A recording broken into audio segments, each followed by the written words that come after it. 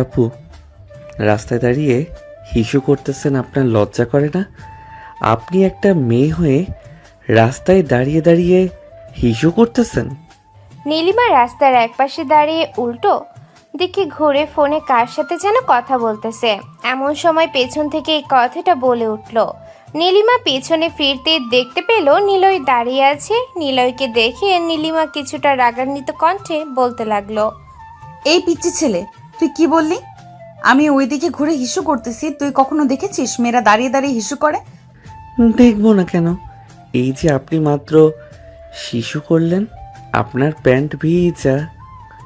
এই বলে নিলয় তার পকেটে থাকা বোতলটা বের করে নীলিমার প্যান্ট ভিজিয়ে দিল। নীলিমা রেগে গিয়ে যেই নিলয়কে ধরতে যাবে এমন সময় নিলয় দৌড়ে পালিয়ে যাইতেছে আর বলতেছে, এই সবাই দেখো, কত বড় একটা মেয়ে হয়ে হয়ে রাস্তার পাশে দাঁড়িয়ে ছেলেদের মতো হিসু করতে গিয়ে নিজের প্যান্ট ভিজিয়ে ফেলেছে। ছি ছি ছি। নিলয়ের কথা শুনে আশেপাশের কয়েকটা ছেলে চলে আসলো। এসে দেখে নিলয়ের কথা একদম ঠিক। সব ছেলেরা ছিছি করতেছে। নীলিমা ওইখান থেকে তাড়াতাড়ি করে একটা রিক্সা নিয়ে চলে আসলো বাসায়। অন্যদিকে নিলয় দাঁড়িয়ে আছে তার বন্ধুদের সাথে আর বলতেছে, কিরে, কেমন দিলাম মেয়েটাকে? মেয়েটার মুখ তো রাগে লাল টমেটোর মতো হয়ে গিয়েছিল। লাল হবে না মানে? তুই যা দিয়েছিস, মেয়েটা লজ্জায় 3 দিন বাড়ি থেকে বের হবে না। আবার যদি সামনে পাস ওই মেয়েকে, আবার না হয় একটু নাচিয়ে দিস। তুই তো আবার নাচাতে খুব ভালোবাসিস, হ্যাঁ? নিলয় তার বন্ধুদের সাথে কথা বলতেছে। এমন সময় সামনের দিকে তাকাতেই দেখতে পেল নীলিমা আসতেছে, হাতে একটা লাঠি এবং তার সাথে তার বান্ধবীরাও আছে। নিলয় মামা, তুই এইখান থেকে পালিয়ে যা, না হলে মেয়েটা তোকে আজকে মেরেই ফেলবে। দেখ দেখ কি কি নিয়ে আসতেছে। তুই মামা এখান থেকে পালিয়ে যা যদি বাঁচতে চাস। নিলয় ওখান থেকে পালিয়ে যেতে লাগলো। অন্যদিকে পেছন থেকে নীলিমা নিলয়কে উদ্দেশ্য করে বলতেছে আর দৌড়াচ্ছে নিলয়ের পেছনে পেছনে। ফাজিল কোথাকার! এই পিচ্চি, দাঁড়া বলতেছি এখানে। যদি আজকে এখানে না দাঁড়াও তাহলে তোর খবর আছে। তোকে যেখান থেকে পারবো সেখান থেকে তুলে নিয়ে আসবো।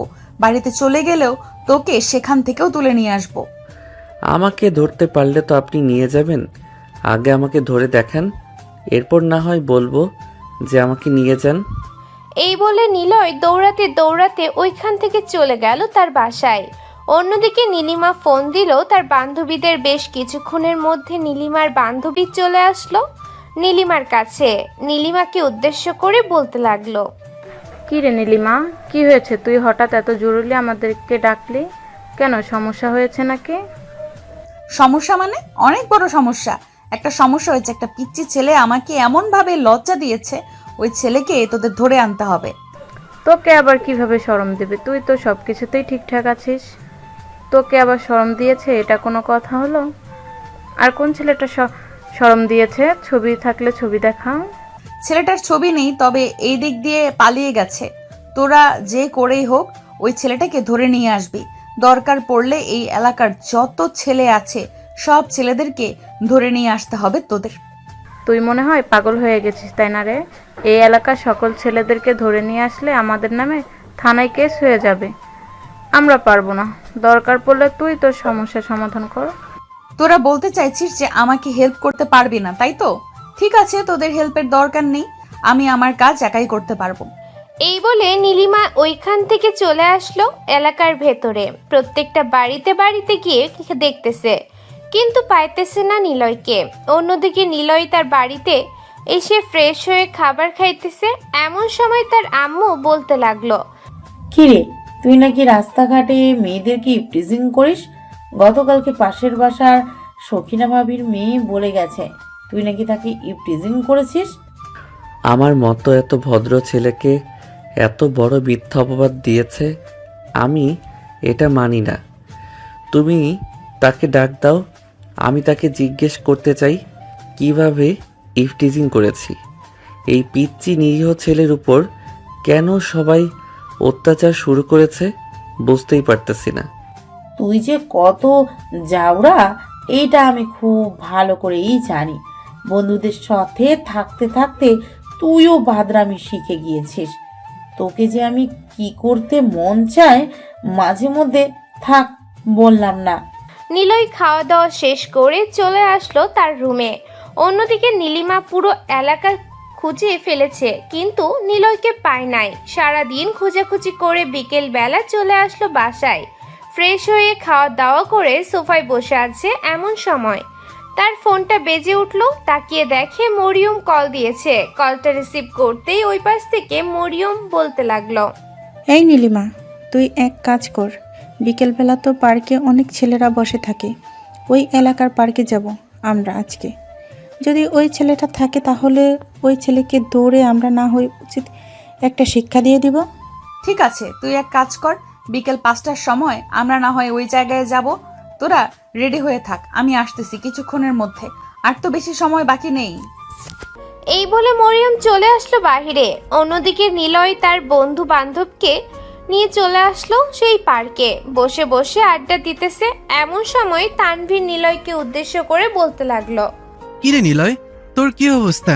আগে তো দেখতাম তুই খুব ভালোভাবে চলাচল করতে পারতি, এখন তো দেখি তুই অনেক বাদর হয়ে গেছিস। শালা, তোরা আমার ওস্তাদ হয়ে আজকে তোরাই এই কথা বললি?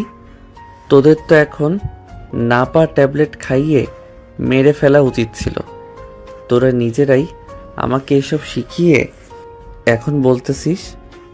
আমি আবার কখন শিখালাম? শালা, এখন মিথ্যা কথা বললে কানের নিচে 2টা লাগিয়ে দিব, পরে বুঝতে পারবি।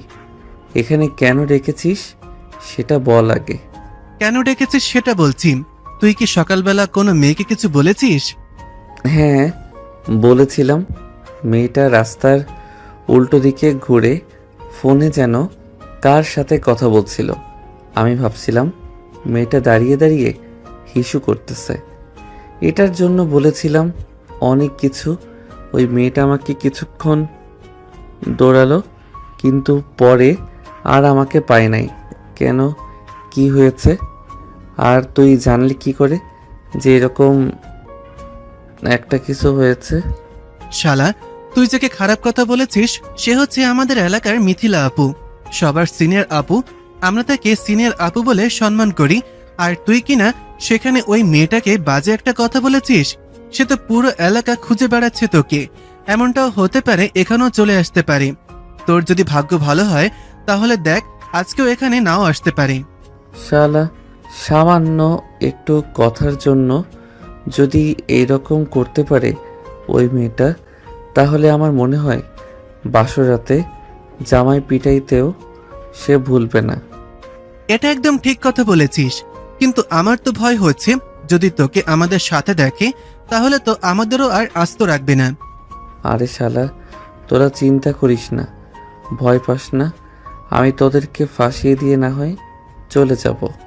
তোরা এরকমভাবে ভয় পাইলে চলবে?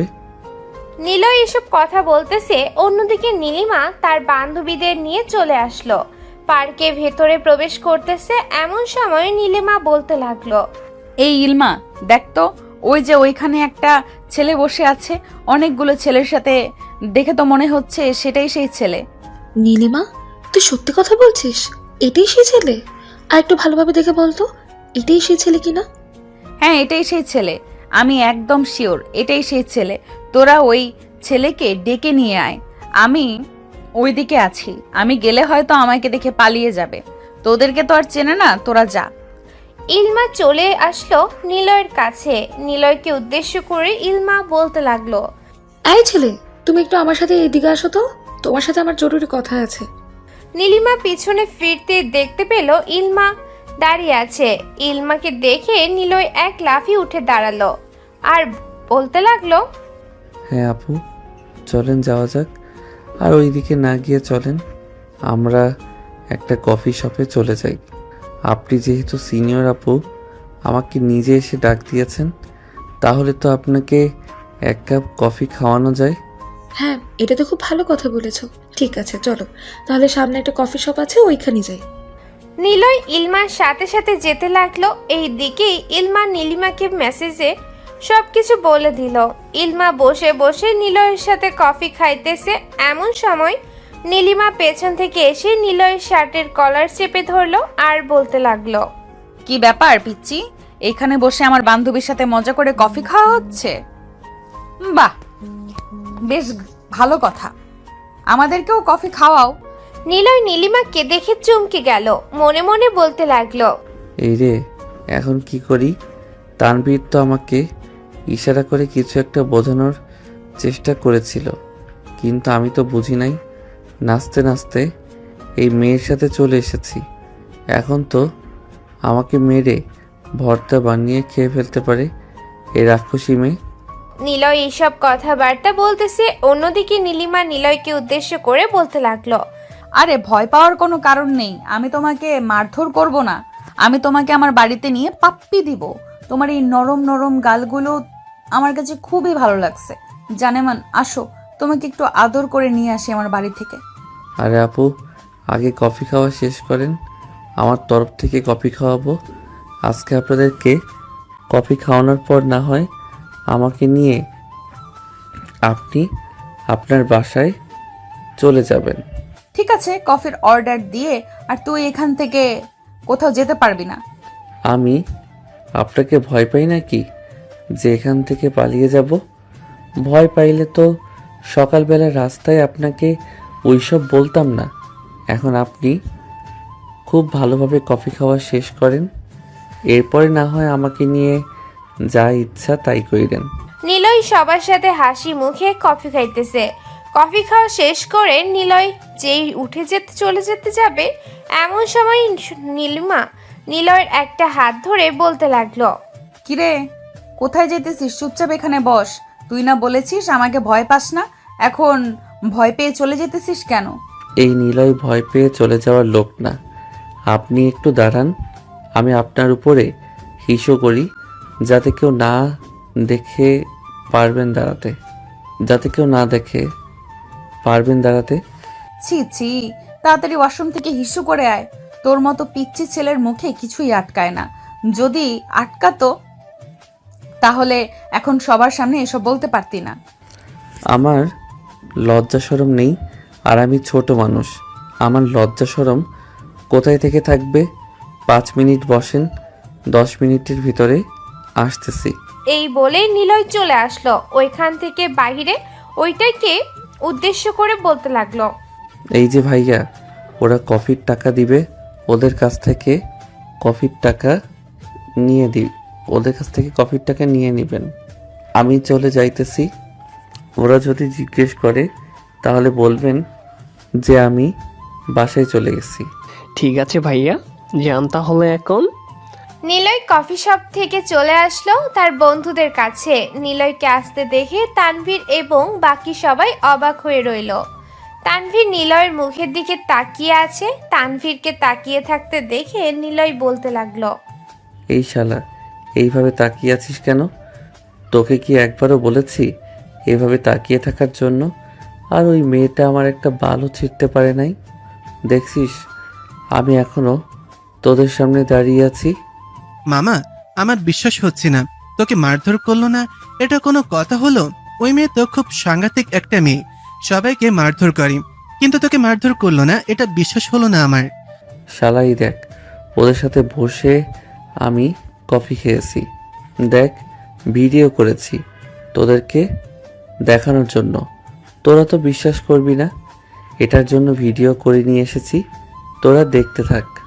শালা, তুই একটা মাল, তোর কাছ থেকে আমাদের কিছু শিখতে হবে, না হলে এইভাবে সিনিয়র মেয়েদেরকে ঘোরাতে পারবো না।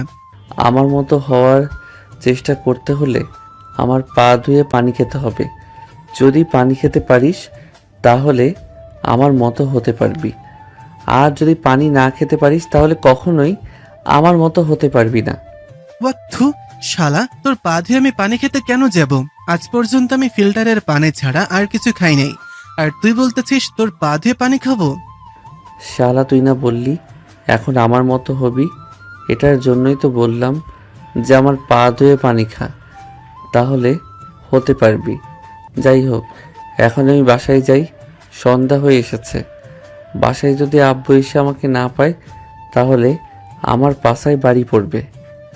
এই বলে নিলয় চলে আসলো বাসায়। অন্যদিকে নিলয়ের বন্ধু বান্ধবও যার যার বাসায় চলে গেল। ওইদিকে নীলিমা তার বান্ধবীদের সাথে বসে আছে। এমন সময় ইলমা নীলিমাকে উদ্দেশ্য করে বলতে লাগলো, কি রে নীলিমা, ছেলেটা সেই কখন ওয়াশরুমে গেছে, এখনো তো আসলো না, আবার পালিয়ে গেল না তো? আরে না, পালিয়ে কোথাও যাবে? পালিয়ে গেলে কালকে তো আবার ধরতেই পারবো। ছেলেটাকে আজকে আমার বাসায় নিয়ে এমন শিক্ষা দিব যাতে আর কোনোদিন এরকম খারাপ ব্যবহার না করতে পারে কারোর সাথে। ইলমা এইসব কথাবার্তা বলতেছে। নীলিমার সাথে বেশ কিছুক্ষণ এইভাবে যাওয়ার পর নীলিমা বলতে লাগলো, ইলমা, ছেলেটা মনে হয় সত্যিই পালিয়ে গেছে। নীলিমা ইলমার সাথে কথা বলতেছে। এমন সময় ওইটার এসে নীলিমাকে উদ্দেশ্য করে বলতে লাগলো, আপু বিলটা দেন, 2000 টাকা বিল হয়েছে। আমরা কেন বিল দিব? আমাদের সাথে যে ছেলেটা ছিল সেই ছেলেটা বিল দিবে। ছেলেটা ওয়াশরুমে গেছে, কিছুক্ষণের মধ্যেই চলে আসবে। আপনাকে কে বলছে ছেলেটা ওয়াশরুমে গেছে? ছেলেটা তো এইখান থেকে চলে গেছে আর বলছে যে সে নাকি আপনাদের ছোট ভাই এবং বিলগুলো নাকি আপনারা দিবেন। ওইটারের কথা শুনে নীলিমা এবং তার বান্ধবীরা হাঁ করে তাকিয়ে রইল। নীলিমাকে হাঁ করে তাকিয়ে থাকতে দেখে ওয়েটার বলতে লাগলো, কি ব্যাপার, এভাবে হাঁ করে তাকিয়ে আছেন কেন? তাড়াতাড়ি টাকা বের করেন, আপনাদের দেখেই তো মনে হচ্ছে পথের ফকির। তাড়াতাড়ি টাকা বের করেন, না হলে কিন্তু আমি আমার স্যারকে ডাকতে বাধ্য হব আর বলবো যে আপনারা টাকা দিচ্ছেন না। এই নেন টাকা, আর আমরা ভিখারি না যে আপনি এসব বলবেন। নীলিমা এইসব কথাবার্তা বলতেছে। বেশ কিছুক্ষণ এইসব কথাবার্তা বলার পর চলে আসলো কফি শপ থেকে বাহিরে। এমন সময় তামান্না নীলিমাকে উদ্দেশ্য করে বলতে লাগলো, নীলিমা, ইলমা ঠিকই বলেছে, ওই ছেলেটা পালিয়ে গেছে। ওই ছেলেটাকে তো একটা শিক্ষা দিতেই হবে। ওই ছেলেটাকে শিক্ষা না দিলে শুধরাবে না। শিক্ষা মানে? তোদের কোনো কিছুই করতে হবে না। আমি আমার রুমে নিয়ে গিয়ে বাকিটা আমি নিজেই করে ফেলতে পারবো। ছেলেটা তো দেখতে ছোটই মনে হচ্ছে, মনে হয় না মুসলমানি করিয়েছে। আমি নিজেই মুসলমানি করিয়ে দিতে পারবো তার। এইসব বলতে বলতে নীলিমা সবাইকে বিদায় দিয়ে চলে আসলো তাদের বাসায়। অন্যদিকে নিলয় বাড়িতে এসে কলিং বেল দিতেই তার আম্মু এসে দরজা খুলে দিল। নিলয়কে দেখে বলতে লাগলো, কি ব্যাপার নিলয়, তুই এই সন্ধ্যাবেলা কোথা থেকে আসলি? তোকে না আমি দুপুরবেলা বলে দিয়েছি তাড়াতাড়ি বাসায় আসার জন্য? তোর আব্বু যদি বাড়িতে এসে তোকে না দেখে তাহলে আমার সাথে চেঁচামেচি করবে। আজকে বাড়ির ভিতরে ঢুক, তোর একদিন কি আমার একদিন। আম্মু, তুমি যদি আমাকে কিছু করার চেষ্টা করো তাহলে কিন্তু আব্বুর কাছে বিচার দিতে বাধ্য হব আর বলবো যে তুমি আমাকে অনেক মারধর করেছো। আমি বাইরে বের হয়েছি এটার জন্য। নিলয় এসব কথাবার্তা তার আম্মুর সাথে বলতেছে। এইদিকে নিলয়ের আম্মু নিলয়কে কোনো কিছুই বলল না। নিলয় সোজা চলে আসলো তার রুমে, ফ্রেশ হয়ে পড়তে বসে গেল। অন্যদিকে নীলিমা বাড়িতে ফিরতেই তার আম্মু বলতে লাগলো, কি রে নীলিমা, তোর কি লজ্জা শরম নেই? তোকে যে কতবার করে বললাম তুই সন্ধ্যার আগে বাড়িতে চলে আসবি, তাহলে আজকে সন্ধ্যা হলো কেন? আম্মু, একটা ছেলে সকালবেলা আমাকে বকা দিয়েছিল, তার জন্য আমি তাকে আজকে সারাদিন খুঁজছি। খুঁজে পাওয়ার পর তাকে কিছু করতে গিয়েছিলাম, কিন্তু সে আমাদেরকে ধোঁকা দিয়ে পালিয়ে গেছে। বাহ, বেশ ভালো কথা বলেছিস। ছেলেটা তোকে ধোকা দিয়ে পালিয়ে গেছে। তোর মতো একটা গাধা মেয়েকে ধোকা দেবে না তো কি দেবে? যা রুমে যা, গিয়ে ফ্রেশ হয়ে নিচে আয়। তোর আব্বু কিসের জন্য ডাকতেছে? নীলিমা চুপচাপ করে চলে আসলো তার রুমে। ফ্রেশ হয়ে নিচে আসতেই নীলিমার আব্বু বলতে লাগলো, কিরে নীলিমা, এইভাবে দিনকাল চলবে নাকি তোর? এই যে আমি তোকে বলতেছি বিয়েটা করে নে, বিয়েটা করে নে, বিয়েটা করে নিলে তোর জন্য খুব ভালো হবে, কিন্তু তুই তো আমাদের কোনো কথাই শুনতেছিস না। আব্বু, আমি তোমাদেরকে অনেক আগেই বলে দিয়েছি যে আমার পছন্দ মতো ছেলে না হলে আমি বিয়ে করব না। তোমরা আমাকে বিয়ের জন্য জোরাজুরি করলে কিন্তু আমি এই বাড়িতে মামার বাসায় চলে যাব। তখন কিন্তু আর আমাকে কিছু বলতে পারবে না। তখন আমাকে হাজারবার ফিরিয়ে নিয়ে আসার চেষ্টা করলেও আমি আসবো না। তোর কোথাও যাওয়ার প্রয়োজন নেই, তুই এখানেই থাক। এখানে থাকলে খুব ভালো হবে। আমরা আর তোকে বিয়ের জন্য কোনো কথাই বলবো না। নীলিমা চুপচাপ খাওয়া দাওয়া করে তার রুমে চলে আসলো। বিছানায় শুয়ে শুয়ে ফোন টিপতেছে আর নিলয়ের কথা মনে করতেছে। ছেলেটা আমাদেরকে এরকম ভাবে বলদ বানিয়ে চলে যাবে কখনো আশা করি নাই। আজকে চলে গেছে, কালকে পাইলে তো আর কালকে ছেড়ে দেব না, সোজা বাসায় নিয়ে চলে আসব। ছেলেটার কত বড় সাহস আমাকে বলে আমার উপরে হিসু করবে, তাকে আর একবার পাইলে তো খুন করে ফেলতাম। এইসব মনে মনে বলতেছে আর নিলয়কে গালি দিতেছে। ওইদিকে নিলয় পড়া শেষ করে নিচে এসে সবার সাথে খাওয়া দাওয়া করে যেই চলে যেতে যাবে, এমন সময় নিলয়ের আব্বু বলতে লাগলো, নিলয়, তুই নাকি পাশের এলাকার নীলিমা নামের একটা মেয়েকে বকা দিয়েছিস সকালবেলা। আমি আসার সময় মতিন চাচা আমাকে বলেছে। আরে আব্বু, আমার মতো একটা ভালো ছেলে এই দুনিয়াতে আর একটা পাবে নাকি? সবাই মিথ্যা কথা বলতেছে। আর ওই মেয়েটা আমার কাছ থেকে কিছু টাকা পায়, ওই টাকা নেওয়ার জন্য এরকম করতেছে। কিন্তু আমি যতটুকু জানি ওই মেয়েটাকে আমি অনেক আগেই টাকা দিয়ে দিছি, তারপরেও ওই মেয়েটা আমার পিছু ছাড়তেছে না। কি করব বুঝতেছি না। নিলয় এসব কথাবার্তা বলতেছে তারা আব্বুর সাথে। এইদিকে নিলয়ের আব্বু নিলয়কে উদ্দেশ্য করে আবারও বলতে লাগলো, কত টাকা পায় না আমাকে বল, আমি তোকে দিতেছি। কালকে না হয় তুই ওই মেয়েটাকে টাকা দিয়ে দিস, আর আগে যদি দিয়ে থাকিস তাহলে ওইটা ভুলে যা। মনে কর যে তুই ওই মেয়েকে টাকা দিস নাই। নিলয় তার আব্বুর কাছ থেকে 10,000 টাকা নিয়ে চলে আসলো রুমে। নিলয়ের আজকে সুখের দিন, তার আব্বু 10,000 টাকা দিয়েছে, তার আম্মু 10,000 টাকা দিয়েছে এবং সে একটা মেয়েকে অনেক কিছু বলেছে। এইসব চিন্তা করতে করতে নিলয় ঘুমের দেশে পাড়ি জমা হলো। পরের দিন ঘুম থেকে উঠে নিলয় বসে আছে, এমন সময় তার ফোনটা বেজে উঠল। তাকিয়ে দেখে তার বন্ধু তানভীর কল দিয়েছে। কলটা রিসিভ করতেই ওই পাশ থেকে তানভীর বলতে লাগলো, নিলয়, তুই যত তাড়াতাড়ি পারিস বাড়ি থেকে বের হয়ে কোথাও চলে যান। ওই নীলিমা নামের মেয়েটা আসছে, আমার বাড়ি থেকে অলরেডি বের হয়ে গেছে। শালা, আমাকে আগে বলবি না? আগে বললে তো আমি কিছু জামা কাপড় রেডি করে রেখে এরপর তোর বাসায় চলে যেতাম। আচ্ছা, আমি এখনই বের হয়ে যাইতেছি। এই বলে তানভীর যে বের হয়ে যেতে যাবে, এমন সময় তার রুমের ভেতরে প্রবেশ করলো নীলিমা। নীলিমাকে দেখে নিলয় চমকে উঠল আর বলতে লাগলো, কি ব্যাপার? আপনি কারো অনুমতি না নিয়ে বাড়ির ভিতরে প্রবেশ করেছেন কেন? আপনি জানেন না অনুমতি ছাড়া কারো বাড়িতে প্রবেশ করা নিষেধ? হ্যাঁ, আমি জানি অনুমতি ছাড়া অন্যের বাড়িতে প্রবেশ করা নিষেধ, কিন্তু তোর মতো চোরকে ধরতে হলে আমার অনুমতি নিতে হবে। চল, আজকে তোকে সারাদিন আমার বাসায় রাখবো। আর তুই তো দেখতে এখনো পিচ্চি মনে হয়, তোর মুসলমানি হয় নাই। আমার বাসায় চল, সকল কিছু রেডি করে রেখে এসেছি, তোর মুসলমানি করিয়ে দিব। এই মেয়ে, আপনার কি লজ্জা শরম বলতে কোনো কিছু নেই? আপনি সব কি বলতেছেন? আমার মুসলমানি করিয়েছে সেই ছোট্টবেলা, আর আপনি বলতেছেন আমার মুসলমানি করাই নাই? আপনি তো ক্যারেক্টার লস। হ্যাঁ, আমি ক্যারেক্টার লুজ, এটা তো জানিস। কেন ক্যারেক্টার লুজ এটা না হয় তোকে পরে বলবো, আগে চল তুই আমার সাথে। তোর আম্মুর কাছ থেকে অনুমতি নিয়েছি, যা তাড়াতাড়ি রেডি হয়ে আয়।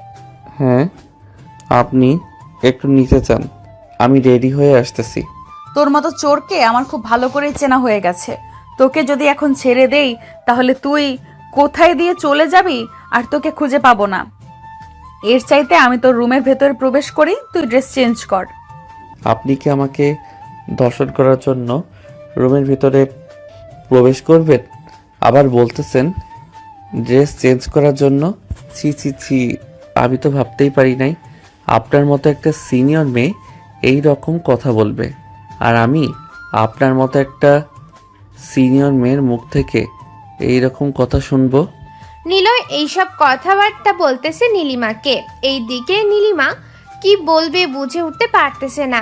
এমন সময় ঠাস করে নিলয়ের গালে চড় মেরে বলতে লাগলো, তোকে যেটা বলেছি সেটা কর, আর যদি একটা কথা বলিস তাহলে তোর গালে না, তোর কানের নিচে 2টা লাগিয়ে দিব। নিলয় রুমের ভিতরে এসে শার্ট খুলে ফেললো। এটা দেখে নীলিমা মাথাটা নিচু করে রইল। নিলয় আস্তে আস্তে করে নীলিমার সামনে গিয়ে জোরে চিৎকার করে বলতে লাগলো, আম্মু গো, আব্বু গো, কে কোথায় আছো গো? আমাকে বাঁচাও গো, এই সিনিয়র মেয়েটা আমাকে ধর্ষণ করতেছে গো। আমি বাধা দিতেছি বলে এই মেয়েটা আমাকে ছাড়তেছে না গো। কে কোথায় আছো? আমাকে বাঁচাও গো। নিলয়ের চিৎকার শুনে নীলিমা তাড়াতাড়ি করে নিলয়ের মুখ ধরে চেপে ধরলো। এটা দেখে নিলয় নীলিমার হাতে কামড় দিয়ে বসলো। এমন সময় রুমের ভিতরে প্রবেশ করলো নিলয়ের আম্মু আর বলতে লাগলো, কি ব্যাপার নিলয়, কি হয়েছে? তুই এরকমভাবে চিৎকার চেঁচামেচি করছিস কেন? আর এই মেয়ে, তোমাকে তো বলেছিলাম নিচে বসার জন্য, তাহলে তুমি নিলয়ের ঘরে কি করো? আম্মু, এই দেখো, এই মেয়েটা আমার শার্ট খুলে ফেলেছিল, আমাকে ধর্ষণ করার চেষ্টা করেছিল, কিন্তু আমি চিৎকার করে উঠি, তখন তুমি চলে আসো। এই ছেলে একদম চুপ কর, বেশি কথা বলবি না। ছেলে মানুষকে আবার ধর্ষণ করা যায় নাকি? যদি ছেলে মানুষকে ধর্ষণ করা যেত তাহলে তো এই পৃথিবীতে এত মেয়ে মানুষ ধর্ষণ হতো না। ছেলে মানুষ ধর্ষণ করা যাবে না কেন? আপনাকে যেভাবে ধর্ষণ করা হয় আপনিও তো সেইভাবে আমাকে ধর্ষণ করতেছেন। এই যে আমার শার্ট খুলে ফেলেছেন, পরে তো মনে হয় প্যান্ট খুলে ফেলতেন। প্যান্ট খুলে ফেললে খুলতাম, তাতে তোর সমস্যা কি ছিল? তোর মুসলমানি করিয়ে দিলেই তো হতো। ছোটবেলায় মুসলমানি করিয়েছে, এটার জন্য তুই এত বাদরামি করিস, এখন আবার মুসলমানি করাবো। এই বলে নীলিমা নিলয়কে ধরে টানতে টানতে নিয়ে চলে আসলো নিচে। এইদিকে নিলয়ের আম্মা হাঁ করে তাকিয়ে রইল। নীলিমার দিকে কি বলবে বুঝে উঠতে পারতেছে না। বেশ কিছুক্ষণ যাওয়ার পর নীলিমাকে উদ্দেশ্য করে বলতে লাগলো, আপনি যে আমাকে এইভাবে আম্মুর সামনে থেকে টেনে নিয়ে এসেছেন, আম্মু তো অন্য কিছু ভেবেছে। এখন যদি আপনি আমাকে মেরে ফেলেন, আম্মু তো আমার জন্য কান্না করবে। চিন্তা করিস না, তোকে মারধর করবো না, শুধু তোকে মুসলমানি করিয়ে দিব, যাতে তুই আর এইরকম খারাপ খারাপ কথা বলতে না পারিস। আমি আর আপনাকে কতবার বলবো, আমার মুসলমানি আরও 7 বছর আগে করিয়ে ফেলেছে, আপনি কেন এরকম করতেছেন? আচ্ছা, আমি আপনার কাছে মাফ চাইতেছি, আমাকে মাফ করে দেন। আমি আমার ভুল বুঝতে পারছি, আমি আর কখনো কাউকে বকা দিব না। আজকে মাফ চাইলে তো আর হবে না। তুই যেই দিন ভুল করেছিস ওই দিন মাফ চাইলে তোকে মাফ করে দিতাম, কিন্তু আজকে তোকে মাফ করা যাবে না। যতই কিছু হয়ে যাক না কেন, তোকে মাফ করা যাবে না, মানে যাবে না। নীলিমা এইসব কথা বলতে বলতে নিলয়কে নিয়ে চলে আসলো তাদের বাসায়। কলিং বেল দিতেই তার আম্মু এসে দরজা খুলে দিল। নীলিমার সাথে নিলয়কে দেখে নীলিমার আম্মু যে কিছু বলতে যাবেই, এমন সময় নীলিমা বলতে লাগলো, আম্মু একদম কোনো কিছু বলবে না, আর এই ছেলেটাকে এটাও জিজ্ঞেস করবে না। আমি এই ছেলেটাকে নিয়ে রুমের ভেতরে যাইতেছি, যতই চিৎকার চেঁচামেচি হোক না কেন, তুমি আমার রুমের সামনে আসবে না আর আমাকে ডাকও দিবে না। এই বলে নীলিমা নিলয়কে নিয়ে চলে আসলো রুমের ভেতরে। বেশ কিছুক্ষণ বসে থাকার পর নীলিমা বিছানা থেকে উঠে ড্রয়ার থেকে একটা ছুরি আর প্লাস বের করে আনলো। এটা দেখে নিলয় তাড়াতাড়ি করে তার 2 হাত দিয়ে এটা দেখে নীলিমা নিলয়কে উদ্দেশ্য করে বলতে লাগলো, আজকে যতই চিৎকার চেঁচামেচি করিস না কেন, তোকে কেউ বাঁচাতে আসবে না। আজকে তোকে আমি মুসলমানি করিয়ে ছাড়বো। আমাকে বাজে কথা বলা, তুই তো আমাকে চিনিস না, আজকে থেকে জেনে রাখবি আমি কিরকম মেয়ে। আপু, আমার চেনা হয়ে গেছে আপনাকে, আপনি খুবই সাংঘাতিক একটা মেয়ে। আপনার সাথে আর কখনোই লাগতে যাব না, প্লিজ আমাকে ছেড়ে দেন। তোকে কখনোই ছাড়া যাবে না। যদি ছেড়ে যেতাম তাহলে আরো আগেই ছেড়ে দিতে পারতাম। ছেড়ে দিতে পারবো না বলেই তো আটকে রেখেছি। তোর আব্বু আম্মু আমাকে কোনো কিছুই বলতে পারবে না। দেখলি না, তোর আম্মুর সামনে তোকে টেনে টেনে নিয়ে এসেছি। হ্যাঁ, আপনি তো খুব সাহসী, এটার জন্যই আমার আম্মুর সামনে দিয়ে আমাকে টেনে টেনে নিয়ে চলে এসেছেন। আপনার তো অনেক প্রশংসা করলাম, এখন আমাকে ছেড়ে দেন। না, তোকে ছাড়া যাবে না। তুই যেহেতু বলেছিস আমার উপরে এই হিসু করবি, তার আগে তোর ওইটা কেটে নিয়ে গঙ্গাসাগরে বিছিয়ে দিয়ে নীলতিমিকে খাইয়ে ফেলবো, আর বলবো যে তোর ওই জায়গা ওইটা যাতে না হয়। আপনি তো খুব বজ্জাত মেয়ে, ভাবছিলাম সিনিয়র হয়েছেন, মাফ চাইলে মাফ করে দেবেন, কিন্তু আপনি বারবার আমার ওইটা নিয়ে কথা বলতেছেন, এটা কিন্তু একদম ঠিক না। আর আমি আপনাকে বারবার বলতেছি, আমার মুসলমানি আরও 7 থেকে 8 বছর আগে করিয়ে ফেলেছে, তারপরও আপনি কেন ছুরি আর এইটা নিয়ে দাঁড়িয়ে আছেন? আরে তোর মুসলমানি করিয়ে ফেললে তো ওইখান থেকে ব্লাড বের হবে, এটার জন্য আমি এই প্যাম্পাস নিয়ে এসেছি। এটা পরিয়ে দিলে তোর আর ওইখানে ব্লাড বের হবে না। নীলিমার কথা শুনে বারবার নিলয় অবাক হচ্ছে। নীলিমাকে কি বলবে বুঝে উঠতে পারতেছে না।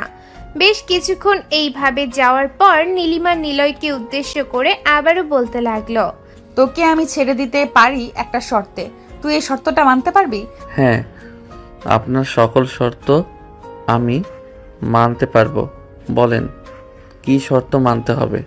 তবে একটা কথা, আমি কিন্তু ছোট মানুষ, আমার কাছে বেশি কিছু চাইতে পারবেন না। বেশি কিছু চাইবো না, তুই আমার সাথে 1 মাস রিলেশন করবি, এই 1 মাসের যাবতীয় খরচ তোর বহন করতে হবে। আমি কখন কি চাইবো সব কিছুই তোকে দিতে হবে। আর তুই ছোট মানুষ হয়েছিস তো কি হয়েছে, তোর এই আব্বু আম্মু আছে না, তোর আব্বু আম্মু তো একজন বিজনেসম্যান। তোর আব্বুকে বলবি, তাহলে তোর আব্বু তোকে টাকা দিবে, আর আমার কথা বললে তো আরো আগে টাকা দিয়ে দিবে। আপনার কথা বললে আরও আগে টাকা দিবে কেন? ও আচ্ছা, বুঝতে পারছি। আপনি মনে হয় আমার সতীন মা, তাই না? এটার জন্যই বলতেছেন আব্বুকে বললে আরও আগে টাকা দিয়ে দিবে। নিলয়ের কথা শুনে নীলিমা হাসবে নাকি কান্না করবে বুঝতে পারতেছে না। হঠাৎ করে নিলয়ের গালে চড় মেরে দিল নীলিমা আর বলতে লাগলো, এই তোর কি লজ্জা শরম বলতে কোনো কিছু নেই? তোর ওই বুইরা বাপকে আমি বিয়ে করতে যাব কেন? বিয়ে করলে তো তোকে বিয়ে করতে পারবো। আমার আব্বুকে কি কম শক্তিশালী ভাবছেন নাকি? বিয়ে করে দেখেন, কয়েকদিন পর বাচ্চা হয়ে যাবে আপনার। আর আমাদের পুরুষের শরীরে অনেক শক্তি আছে। হ্যাঁ আমি জানি তোর মতো বাদর ছেলের বাপের শরীরে কতটুকু শক্তি আছে। এইটার জন্যই তো তোর আব্বু তোর আম্মুকে এত ভয় পাস, এবং তুইও ভয় পাবি তোর বউকে। কখনোই না, আমার বউ এইরকম হবেই না। আমি যে মেয়েকে বিয়ে করব ওই মেয়ে একদম সরল সোজা এবং ঠান্ডা থাকবে, যাতে আমি ওই মেয়েকে খুব ভালোবাসতে পারি। তোর ভালোবাসা পাছা দিয়ে ভরে দিব। আমাকে এখনো চিনিস না, তোকে যা যা বলছি সেটা করবি।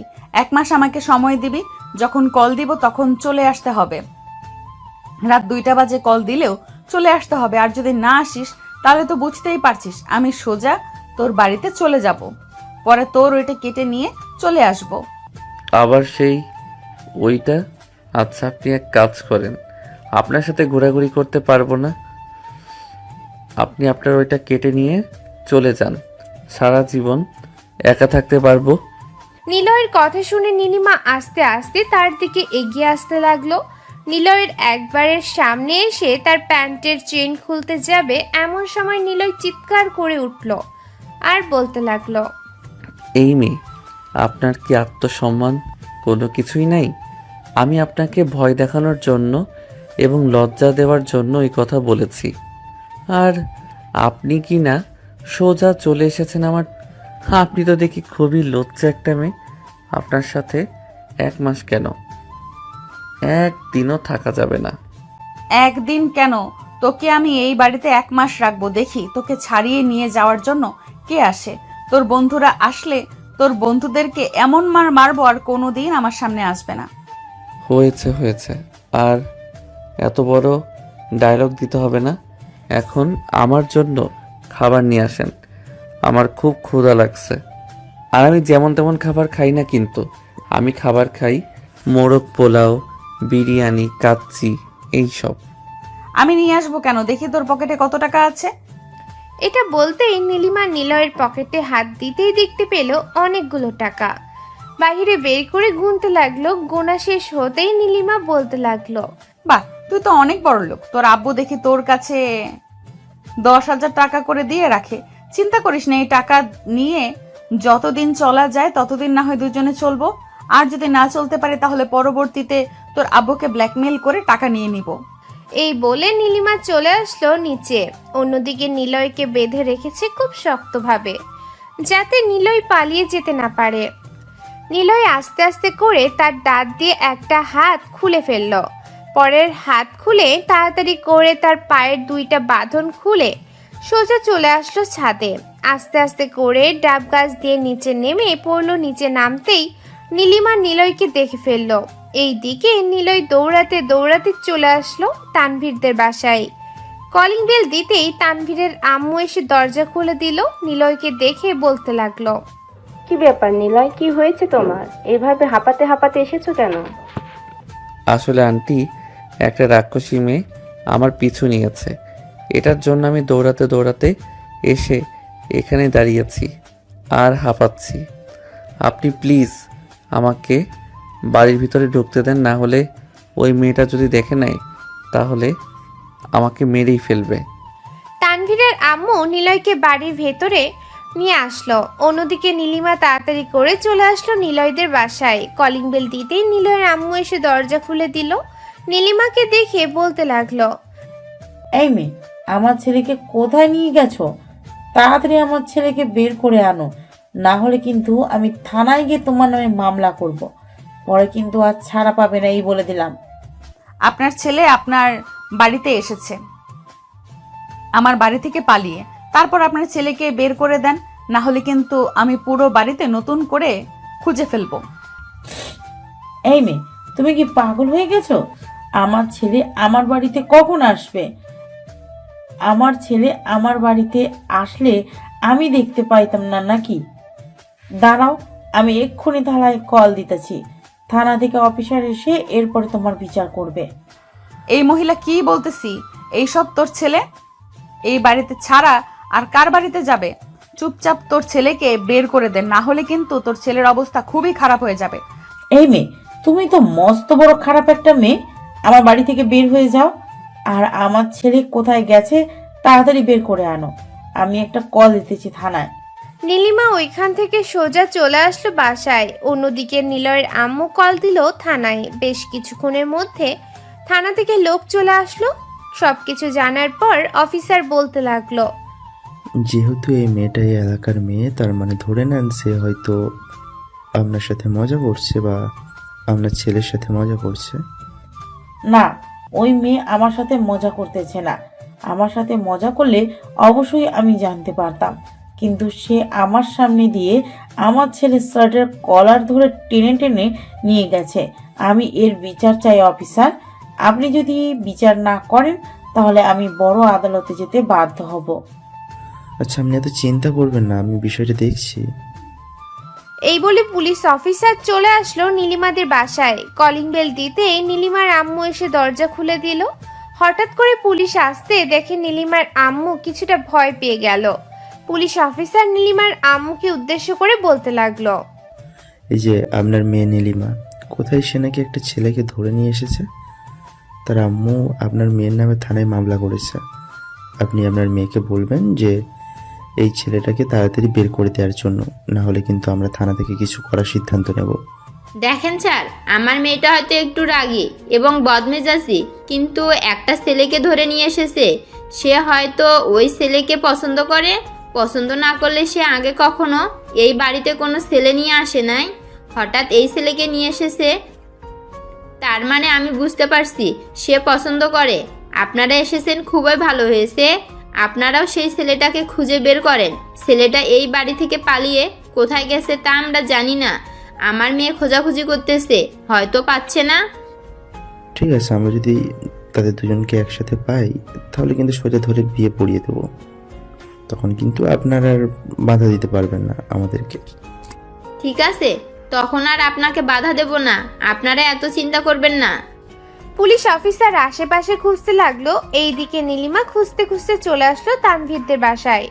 কলিং বেল দিতেই তানভীরের আম্মু এসে দরজা খুলে দিল। নীলিমা তানভীরের আম্মুকে উদ্দেশ্য করে বলতে লাগলো, আন্টি, বাড়িতে কি তানভীর আছে নাকি তার বন্ধুর সাথে কোথাও গেছে? তানভীর তো সেই সকালবেলা বের হয়েছে চট্টগ্রাম যাওয়ার উদ্দেশ্যে, হয়তো এতক্ষণে চলে গেছে। সাথে দেখলাম নিলয় গেছে। কেন, কি হয়েছে? না, তেমন কিছু হয় নাই। আচ্ছা, যাই তাহলে আমি এখন। এই বলে নীলিমা যেই চলে যেতে যাবে এমন সময় তানভীরের হাসি শব্দ পেল উপর থেকে। তানভীরের হাসির শব্দ পেয়ে নীলিমা তানভীরের আম্মুকে উদ্দেশ্য করে বলতে লাগলো, আন্টি, আপনি না বললেন যে আপনার ছেলে চট্টগ্রাম গেছে নিলয়ের সাথে? তাহলে উপরে কারা? মনে তো হচ্ছে বড় বড় মানুষ হবে, হাসাহাসি করতেছে। হ্যাঁ, ওরা হচ্ছে আমাদের আত্মীয়, গ্রাম থেকে এসেছে গতকালকে রাতে। ওরা হয়তো কিছু বিষয় নিয়ে মজা করতেছে। ও আচ্ছা, ঠিক আছে, এখন তাহলে আমি যাই আন্টি। নীলিমা চলে গেল ওইখান থেকে, কিন্তু তার মনে কেমন যেন একটা সন্দেহ হচ্ছে। নীলিমা নিজের মনে মনে বলতে লাগলো, আমার কেন যেন মনে হচ্ছে ওইখানে নিলয় আছে। আমি কি ছদ্মবেশে ওই বাড়িতে যাব? হ্যাঁ, এটাই করতে হবে। কাছে তো আমার বান্ধবীর বাড়ি আছে, বান্ধবীর বাড়িতে যাই, ওর বোরকাটা পরে এরপরে ছদ্মবেশে ওই বাড়িতে যাব। যদি নিলয়কে ওই বাড়িতে পাই তাহলে নিলয়ের কি অবস্থা হবে এটা আমি নিজেও জানি না। নীলিমা এসব ভাবতে ভাবতে চলে আসলো তার বান্ধবীদের বাসায়। কলিং বেল দিতেই তার বান্ধবী ইলমা এসে দরজা খুলে দিল। নীলিমা ইলমাকে সবকিছু খুলে বলতেই ইলমা তার একটা বোরখা দিয়ে দিল। নীলিমা ইলমাদের বাড়ি থেকে চলে আসলো আবারও তানভীরদের বাড়িতে। ভালোভাবে হিজাব পরে এসেছে যাতে তাকে না দেখা যায়। কলিং বেল দিতেই তানভীরের আম্মু এসে আবারও দরজা খুলে দিল। নীলিমাকে দেখে বলতে লাগলো, কে আপনি আর এখানে কেন এসেছেন? তানভীর আমাকে ফোন দিয়ে বলেছে যে বাসায় আসার জন্য। আমি তানভীরের বেস্ট ফ্রেন্ড নীলিমা। তানভীর তো বাসায় আছে, আমি ভেতরে গেলাম। এই বলে নীলিমা তাড়াতাড়ি করে তানভীরের আম্মুকে কিছু বলতে না দিয়ে সোজা চলে আসলো তানভীরের রুমে। এসে দেখে সবাই বসে বসে আড্ডা দিতেছে। তানভীর নীলিমাকে দেখে এক দৌড়ে চলে আসলো ওয়াশরুমে। তানভীরকে দৌড়ে ওয়াশরুমে যেতে দেখে নিলয় বলতে লাগলো, কিরে ফারহান, এই নিলয় এইভাবে দৌড়ে ওয়াশরুমে চলে গেল কেন? আরে শালা, মনে হয় বেশি জোরে চাপ দিয়েছে, এটার জন্য সে দৌড়ে ওয়াশরুমে চলে গেছে। ফারহানের কথা শেষ না হতেই ওয়াশরুম থেকে জোরে চিৎকার করতে করতে তানভীর বলতে লাগলো, নিলয় ভাই, তোর জীবন তছনছ হয়ে গেছে। সামনের দিকে তাকিয়ে দেখ, নীলিমা আপু দাঁড়িয়ে আছে। আজকে তোর জীবন শেষ। তানভীরের কথা শেষ না হতেই নীলিমা খপ করে এসে নিলয়ের শার্টের কলার ধরে ফেললো আর বলতে লাগলো, কিরে, পালিয়ে তো এসেছিলি, এখন কোথায় যাবি? এখন তো আমি তোকে ধরে ফেলেছি। এখন তোকে এমন মার মারবো যাতে তুই আর কোনো দিন কারোর সাথে বাটপারি করে বাড়ি থেকে বের না হতে পারিস। আজকে তোর হাত পা ভেঙে বাড়িতে রেখে দিব। নিলয় কি করবে বুঝে উঠতে পারতেছে না। এমন সময় হুট করে নিলয় নীলিমার ঠোঁট জোড়া কামড়ে ধরলো। এইদিকে নিলয়ের বন্ধুরা এটা দেখে তাড়াতাড়ি করে ওই রুম থেকে পালিয়ে চলে গেল যার যার বাসায়। নীলিমা নিলয়কে বারবার ছাড়ানোর চেষ্টা করতেছে, কিন্তু নিলয় অনেক শক্তভাবে তার ঠোঁট কামড়ে ধরে আছে। বেশ কিছুক্ষণ নীলিমা ছোটাছুটি করার চেষ্টা করলো, কিন্তু পারল না। নিলয়ের কাছে হার মেনে নিলয়ের সাথে রেসপন্স করতে লাগলো। এইভাবে বেশ কিছুক্ষণ যাওয়ার পর হঠাৎ নিলয় ফাঁক পেয়ে নীলিমাকে ধাক্কা দিয়ে বিছানায় ফেলে দিয়ে এক দৌড়ে কোথায় যেন যাইতেছে। এক দৌড়ে চলে আসলো বাড়ির বাহিরে, সোজা রাস্তায় দৌড়াতে লাগলো। কোথায় যাইতেছে সে নিজেও জানে না। এইদিকে নীলিমার হুঁশ ফিরতেই মনে মনে বলতে লাগলো, আমি এটা কি করলাম? এই ছেলের কাছে হার মেনে গেলাম? না, আমাকে হার মানলে চলবে না। এই ছেলের বিচার করতেই হবে। এই ছেলে আমাকে কিস করেছে এবং আমাকে বাজে ভাষায় বকা দিয়েছে। এইসবের বিচার না করতে পারলে তো আমি আমার বান্ধবীর কাছে লজ্জায় পড়ে যাব। না না, এটা হতে পারে না। এক্ষুনি এই ছেলেকে আবার খুঁজে বের করতে হবে। এখন আবার কোথায় গেছে? নীলিমা তাড়াতাড়ি করে চলে আসলো নিচে। তানভীরের আম্মুকে উদ্দেশ্য করে বলতে লাগলো, আন্টি, নিলয় কোথায় গেছে আপনি জানেন? আমি জানবো কি করে? নিলয় তো এক দৌড়ে এ বাড়ি থেকে বের হয়ে সোজা রাস্তা দিয়ে দৌড়াতে দৌড়াতে কোথায় চলে গেছে তা আমি নিজেও জানি না। আর তুমি ওই ছেলেটার পেছনে এভাবে লেগে পড়ে আছো কেন? সামান্য একটু বকা দিয়েছে বলে তুমি এভাবে ওই ছেলের পেছনে লেগে থাকবে? এটা কিন্তু খুবই খারাপ বিষয়। একটা পিচ্চি ছেলে তোমাকে এসব বলতেই পারে। তুমি এসব মাথায় নিয়ে ঘোরাঘুরি করলে তো আর চলবে না। আন্টি, এই ছেলেটা খুবই দুষ্টু, আমার সাথে অনেক কিছু করেছে। এগুলো বলা যাবে না। এইগুলো বললে নিজের মান সম্মান শেষ হয়ে যাবে। আমি চাই না আমার মান সম্মান শেষ করার জন্য। আমি এখন গেলাম, আশা করি নিলয় আর এই বাড়িতে আসবে না। এইসব বলতে বলতে নীলিমা বাড়ির ভেতর থেকে বের হয়ে পড়লো। কোনো দিক দিয়ে যাবে চিন্তা ভাবনা করে পাইতেছে না। অন্যদিকে নিলয় সোজা চলে আসলো তার চাচাদের বাড়িতে। তার চাচাতো বোন সাদিয়ার রুমের ভিতরে লুকিয়ে আছে। এমন সময় সাদিয়া নিলয়কে বের করে বলতে লাগলো, কি ব্যাপার ভাইয়া, তুমি এত ভয় পেয়ে আছো কেন? কেউ কি তোমাকে কিছু করেছে নাকি? আর বলিস না, সাদিয়া একটা সিনিয়র মেয়েকে 2 দিন আগে বকা দিয়েছিলাম। এই মেয়েটা এখনো আমার পিছনে লেগে আছে। সকালবেলা আম্মুর সামনে আমাকে টেনে হেঁচড়ে তার বাড়িতে নিয়ে গেছে। পরে ওইখানে আমাকে বেঁধে রেখে অনেক মারধর করেছে। ওই বাড়ি থেকে পালিয়ে আমি আমার বন্ধুর বাড়িতে গিয়েছিলাম, সেখানেও চলে গেছে। এখন অনেকটা দূরে চলে এসেছি। তোদের বাসায় আশা করি এখানে সে আসবে না, আর আসলেও প্লিজ তুই কিছু বলিস না, তোর দুইটা পায়ে পড়ি। আরে আরে কি করছো? পায়ে ধরতে হবে না, আমি বিষয়টা বুঝতে পারছি, আর বলতে হবে না আমাকে। মেয়েটা আসলে আমি কোনো একটা বাহানা দিয়ে এই বাড়ি থেকে বের করে দেবো। তুমি এক কাজ করো, ফ্রেশ হয়ে দাও, আমি তোমার জন্য খাবার নিয়ে আসছি। মনে হয় না সারাদিনের ভেতর তোমার পেটে কোনো খাবার গেছে। এই বলে সাদিয়া চলে আসলো নিচে। অন্যদিকে নিলয় ফ্রেশ হয়ে বসে রইল। এমন সময় সাদিয়া এসে নিলয়কে খাবার দিল। নিলয় খাওয়া দাওয়া শেষ করে বসে আছে। বেশ কিছুক্ষণ বসে থাকার পর সাদিয়া নিলয়কে উদ্দেশ্য করে বলতে লাগলো, আচ্ছা নিলয় ভাইয়া, একটা সত্যি করে কথা বলবে?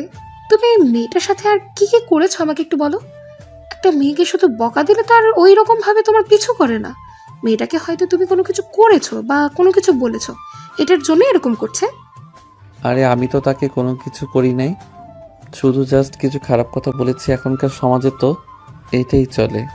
নিলয় সাদিয়ার সাথে কথা বলতেছে। অন্যদিকে নীলিমা পুরো এলাকা খুঁজে ফেলেছে, কিন্তু নিলয়কে আর পেল না। দেখতে দেখতে দেখতে রাত হয়ে আসলো। রাতে নিলয়ের আব্বু বাসায় আসতে নিলয়ের আব্বুকে উদ্দেশ্য করে বলতে লাগলো, ওগো শুনছো, আমার ছেলেটা সেই সকালবেলা বাড়ি থেকে বের হয়েছে, আর বাড়িতে ফিরে নাই। একটা মেয়ে নিলয়কে এই বাড়ি থেকে ধরে নিয়ে গিয়েছে। আমি তাকে বলেছিলাম কেন ধরে নিয়ে যাচ্ছে, কিন্তু সে আমার প্রশ্নের কোনো উত্তর দেয় নাই। তুমি প্লিজ আমার ছেলেকে নিয়ে আসো, যেখান থেকে পারো সেখান থেকে নিয়ে আসো। আমি আমার ছেলেকে আমার চোখের সামনে দেখতে চাই, প্লিজ তুমি নিয়ে আসো। আরে চিন্তা করো না নিলয়, হয়তো ওই মেয়েটার সাথেই আছে। মেয়েটা হয়তো নিজেকে বেশি ভালো ভালো খাবার দিচ্ছে। মেয়েটাকে আমি খুব ভালো করেই চিনি, মেয়েটা খুবই রাগী এবং বদমেজাজি। নিলয়ের আব্বু এসব নিয়ে কথাবার্তা বলতেছে। এমন সময় বাড়ির কলিং বেল বেজে উঠল। নিলয়ের আম্মু দরজা খুলতেই দেখতে পেল নীলিমা দাঁড়িয়ে আছে। নীলিমাকে দেখে নিলয়ের আম্মু বলতে লাগলো, এই মেয়ে, আমার ছেলে কোথায়? তাড়াতাড়ি আমার ছেলেকে বের করে দাও। সেই সকালবেলা তুমি আমার ছেলেকে নিয়ে গেছো, এখনো কেন বের করে দিচ্ছ না আমার ছেলেকে? নিলয়কে তো খুঁজে পাইতেছি না, সেই দুপুর থেকে খোঁজাখুঁজি করতেছি, সবগুলো এলাকা খুঁজে ফেলেছি, কিন্তু প্রত্যেক বাড়িতে গিয়েছি, কোথাও পাই নাই। আপনারা প্লিজ একটু আপনাদের আত্মীয় স্বজনদের বাসায় খোঁজ করে দেখেন নিলয় তাদের বাসায় গিয়েছি কিনা। তোর খোঁজ খবর নিতে হবে না, সে যেহেতু তোমার কাছ থেকে পালিয়ে গেছে, তাহলে নিশ্চয়ই তার কোনো বন্ধু বান্ধবের বাসায় গিয়ে লুকিয়ে আছে। তুমি এখন বাসায় যাও। আর আমার ছেলের সাথে এই রকম করতেছো কেন? সামান্য 10,000 টাকা পাবে বলে এরকম করলে আমার ছেলের সাথে? মানে আপনি কি বলতে চাইছেন? 10,000 টাকার জন্য এমন করতেছি মানে? হ্যাঁ, নিলয় তো আমাদেরকে এটাই বলেছে তুমি নাকি তার কাছ থেকে 10,000 টাকা পাও। রাতে তো আমি তার পকেটে 10,000 টাকা দিয়ে দিয়েছিলাম, বলেছিলাম যে তোমাকে দিয়ে দেওয়ার জন্য, যাতে তুমি তার পিছনে না লেগে থাকো। আঙ্কেল, আমি ওর পেছনে টাকার জন্য দৌড়াচ্ছি না, আর ওর কাছ থেকে আমি কোনো টাকা পাই না, এবং তার সাথে আমার আগে কখনো পরিচয় ছিল না। সে আমাকে বকা দিয়েছে, আমি এই বকার সাজা আমি তাকে দিতে চাই। এইটার জন্য তাকে আমি এইভাবে ঘোরাচ্ছি। আর যদি আমার বাড়ি থেকে পালিয়ে না যেত তাহলে আমি তাকে সন্ধ্যার দিকে ছেড়ে দিতাম, কিন্তু সে পালিয়ে গেছে। এটার জন্য আমার আরো রাগ হয়েছে। এখন তো আপনার ছেলেকে আমি ছাড়বো না, এখন পাইলে ডিরেক্ট বিয়ে করে ফেলবো। তোমার মতো দজ্জাল মেয়ের সাথে আমি আমার ছেলের বিয়ে দিব না, যতই তুমি চেষ্টা করো না কেন। আমার ছেলেকে বিয়ে করতে আমি তোমার সাথে আমার ছেলের বিয়ে দিব না। আপনার দিতে হবে না। আপনার ছেলেকে কিভাবে ব্ল্যাকমেল করতে হয় এটা আমি খুব ভালো করেই জানি। ব্ল্যাকমেল করে সোজা কাজী অফিসে নিয়ে চলে যাব, এরপরে বিয়ে করব। আমাকে কম সস্তা ভাইবেন না। এখন আমি গেলাম। যদি আপনার ছেলে বাড়িতে ফিরে তাহলে বলবেন যে তানভীরের কাছ থেকে আমার ফোন নাম্বার নিয়ে ফোন দেওয়ার জন্য, না হলে তার কি অবস্থা হবে সে নিজেও জানে না। এই বলে নীলিমা সোজা চলে আসলো তাদের বাসায়। কলিং বেল দিতেই তার আম্মু এসে দরজা খুলে দিল। নীলিমা তার আম্মুর সাথে কোনো কথা না বলে সোজা চলে আসলো তার রুমে। ফ্রেশ হয়ে বসে আছে এমন সময় ইলমা কল দিল। নীলিমাকে উদ্দেশ্য করে ইলমা বলতে লাগলো, কি রে নীলিমা, তুই কি নিলয়কে ছেড়ে দিয়েছিস নাকি? নিলয়ের মতো একটা ছেলে দেখলাম একটা মেয়ের হাত ধরে বাইরে ঘোরাঘুরি করছে। আমাদের বাড়ির সামনে একটা মার্কেট আছে, ওইখানে। তুই আয়, এখন ওই জায়গায় আছে। আগে তুই ওর সামনে গিয়ে শিওর হয়ে নে এটা নিলয় নাকি অন্য কেউ।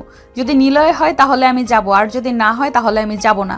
ওই বেটা আমার ঠোঁটে লিপ কিস করেছে, এখন তো আমার মনে চাইতেছে তাকে বিয়ে করার জন্য। ওই পিচ্চিটা যে এত রোমান্টিক আমি আগে জানতাম না, এত সুন্দরভাবে লিপ কিস করেছে আমাকে, আমি তো পুরো পাগল হয়ে গেছি। মানে তুই সব কি বলছিস নীলিমা? অবশেষে কিনা তুই ওই পিচ্চি ছেলে প্রেমে পড়ে গেছিস? দেখ, এটা কিন্তু একদম ঠিক না। ওই পিচ্চি ছেলের যখন তখন মতি গতি পাল্টাতে পারে, যখন তখন তার সব কিছু পরিবর্তন হতে পারে। তাকে বিয়ে করলে সুখী হবি না, তার চাইতে অন্য একজনকে বিয়ে করে ফেল, আরো বেশি সুখে থাকতে পারবি। আমি আমার সিদ্ধান্ত নিয়ে ফেলেছি, আমি বিয়ে করলে ওই নিলয়কেই করব। সে যেহেতু আমার ঠোঁট স্পর্শ করে ফেলেছে, আমি আর চাই না আমার সব কিছু অন্য কাউকে দিতে। আমি চাই আমার সব কিছু এখন নিলয় ভোগ করবে। আমি আর তোকে কোনো কিছুই বলতে পারবো না, তুই তোর মতো যা ইচ্ছে তাই কর, আমরা শুধু তোর বিয়ে খাবো। ইলমা এইসব কিছু বলতেছে নীলিমাকে। অন্যদিকে নিলয় খাওয়া দাওয়া শেষ করে বিছানায় শুয়ে পড়লো। রাত পার হয়ে সকাল হলো। নীলিমা সকাল 8টায় চলে আসলো নিলয়দের বাসায়। কলিং বেল দিতে নিলয়ের আব্বু এসে দরজা খুলে দিল। নীলিমাকে দেখে বলতে লাগলো, নীলিমা, তুমি নিলয়কে এখনো পাওনি? না, নিলয়কে তো এখনো পাই নাই। নিলয় কোথায় গেছে আপনি জানেন? জানলে প্লিজ বলবেন, জানলে প্লিজ বলেন। ওর সাথে আমার জরুরি কথা আছে, তাকে আমি আর দৌড় করাবো না। সে যা বলবে তাই হবে। আমিও তো জানি না সে কোথায় গেছে। তাকে ফোন দিলাম, তার ফোনও তো বাসায় রিং হচ্ছে। তুমি একটু আজকে নিলয়ের বন্ধু বান্ধবের বাসায় গিয়ে জিজ্ঞেস করবে সে আছে নাকি। আর জিজ্ঞেস করলে চলবে না, ওরা মিথ্যা কথা বলবে। তুমি বাড়ি চেক করবে, তাহলে সে ধরা পড়ে যাবে। নীলিমা নিলয়ের আব্বুর সাথে কথাবার্তা বলে আবারও খোঁজাখুঁজি করতে লাগলো। অন্যদিকে নিলয় সকাল 11টায় ঘুম থেকে উঠে ফ্রেশ হয়ে খাওয়া দাওয়া করে বসে আছে। এমন সময় সাদিয়ার আম্মুর ফোনটা বেজে উঠলো। সাদিয়া কলটা রিসিভ করতে ওই পাশ থেকে নিলয়ের আম্মু বলতে লাগলো, এই সাদিয়া, তোদের বাসায় কি নিলয় গেছে? না, আমাদের বাসায় তো নিলয় ভাইয়া আসেনি। কেন, কি হয়েছে? ভাইয়া কি বাড়ি থেকে রাগ করে চলে গেছে নাকি? আরে না রে, বাড়ি থেকে রাগ করে চলে যায় নাই। একটা ডাইনি মেয়ে আছে, ওই ডাইনি মেয়েটা আমার ছেলেকে ভালোভাবে থাকতে দিতেছে না। সে গতকালকে কোথায় ছিল, কি খেয়েছে কি না করেছে, এসব নিয়ে খুবই টেনশনে আছি। নিলয়কে যদি একবার দেখতে পারতাম তাহলে খুবই ভালো হতো। আচ্ছা, আমি দেখি নিলয় ভাইয়া আমাদের এলাকায় এসেছে কিনা। যদি আমাদের এলাকায় এসে থাকে তাহলে আমি আপনাকে ফোন দিয়ে জানাবো। ঠিক আছে, তুমি না হয় আমাকে ফোন দিয়ে জানাবে। এখন তাহলে ফোন রাখলাম। নিলয়ের আম্মু কলটা কেটে দিল। অন্যদিকে নীলিমা আবারও কালকের মতো পুরো এলাকা খুঁজে ফেলেছে, কিন্তু পায় নাই। সাদিয়াদের বাড়িটা কিছু দূর হওয়াতে নীলিমা আর ওই বাড়িতে আসে নাই। দেখতে দেখতে এইভাবেই কেটে গেল 1 সপ্তাহ। নীলিমা এবং নিলয়ের আব্বু আম্মু খুবই টেনশন করতেছে। অন্যদিকে নিলয় খাবার খাইতেছে আর ঘুমাচ্ছে, এছাড়া ওর কোনো কাজ নেই। রাতে নীলিমা বসে আছে নিলয়দের বাসায়। নিলয়ের আম্মুকে উদ্দেশ্য করে বলতে লাগলো, আন্টি আপনি চিন্তা করবেন না নিলয়ের জন্য, আমি নিলয়কে খুঁজে বের করবই। সে যেখানেই লুকিয়ে থাকুক না কেন, আজ হোক বা কাল হোক তাকে বের হতেই হবে। আজকে 1 সপ্তাহ হয়ে গেছে আমি আমার ছেলের মুখ দেখি না। আমার ছেলে কখনোই আমাকে ছেড়ে একা একা থাকতে পারে না। আর আজকে কিনা সে 1 সপ্তাহ আমাদের ছেড়ে থাকতেছে। ওগো নিলয়ের আব্বু, নিলয়ের কোনো কিছু হয়ে যায় নাই তো? না, নিলয়ের কোনো কিছু হয় নাই। নিলয়ের কোনো কিছু হলে তো আমরা জানতাম। আমি থানায় কল দিয়েছি, থানা থেকে ওরা অবশ্যই কাজ করবে। হয়তো কিছুক্ষণের মধ্যে জানিয়ে দিবে নিলয় কোথায় আছে। আমি টাকা দিয়ে পুরো পুলিশ ফোর্স লাগিয়ে দিয়েছি, দেখি ওরা কতটুকু কি করতে পারে। নিলয়ের আব্বু এইসব কিছু বলতেছে। বেশ কিছুক্ষণ এইসব কিছু বলার পর নিলয়ের আব্বুর নাম্বারে কল আসলো। কলটা রিসিভ করতে ওপাশ থেকে নিলয় বলতে লাগলো, হ্যালো আব্বু, তোমরা আমাকে নিয়ে চিন্তা করো না, আমি ভালো জায়গায় আছি। তুমি আম্মুকে জানিয়ে দিও আমি রাতের বেলা কল দিব। আর ওই মেয়েটা আমাদের বাসায় আছে নাকি? হ্যাঁ, বাসায় আছে। কেন, তোর কি হয়েছে? আর তুই কোথায় আছিস বল তো আমাকে। আমি কোথায় আছি এটা জানতে হবে না। আমি ভালো একটা চাকরি পেয়েছি, ওই চাকরি করতেছি আমাদের এলাকা থেকে অনেক অনেক দূরে। তোমরা আমার জন্য চিন্তা করো না। বাবা প্লিজ তুই বাড়িতে ফিরে আয়। ওই মেয়েকে আর কখনো এই বাড়িতে জায়গা দেব না। প্লিজ তুই বাড়িতে ফিরে আয়। না গো আম্মু, আমি যেটা একবার সিদ্ধান্ত নিয়েছি সেটাই হবে। আমি কয়েকদিন পর আসবো। এই বলে নিলয় কলটা কেটে দিল। দেখতে দেখতে কিছুদিন চলে গেল। রাত 11টা। নিলয় তাদের বাড়ির সামনে দাঁড়িয়ে কলিং বেল দিতেই ভিতর থেকে দরজা খুলে দিল নীলিমা। নিলয় নীলিমাকে দেখে চমকে উঠল আর বলতে লাগলো, কি ব্যাপার, আপনি এখানে কি করেন? আপনার তো এখানে থাকার কোনো প্রয়োজন নেই। আর যদি একবার কোনো উল্টাপাল্টা কথা বলেছিস তাহলে তোর খবর আছে। বাড়ির ভেতরে আয়। নিলয় বাড়ির ভেতরে আসতেই দেখতে পেল সবাই বসে বসে টিভি দেখতেছে। নিলয়কে দেখে নিলয়ের আব্বু বলতে লাগলো, কি রে, কত টাকা ইনকাম করেছিস? টাকাগুলো আমার হাতে দে, আর ফ্রেশ হয়ে আয়, আমি খাবার দিতেছি। মানে কি বলতেছো তোমরা এসব?